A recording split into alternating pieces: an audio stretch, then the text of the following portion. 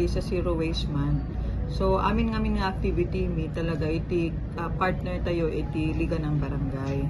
Kaya na dapat iti NGOs kasla ko madijay doers nagtuno 17 ijay lapasan Junes manen iti plugging activity. DJ plugging habang walking jogging ka nagbabike ta agpipik damit iti basuran.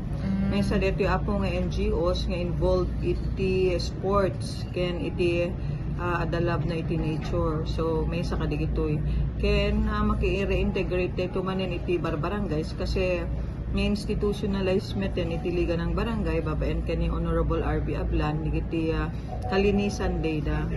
So before the Kalinisan Day da siguro we will conduct again reminders on waste segregation, advocacy on natikon po natin no segregation no collection policy ni amin ako.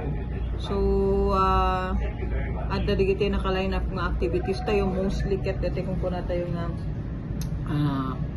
tawag dito yung clean up activities, lectures, group discussions, and information dissemination campaign.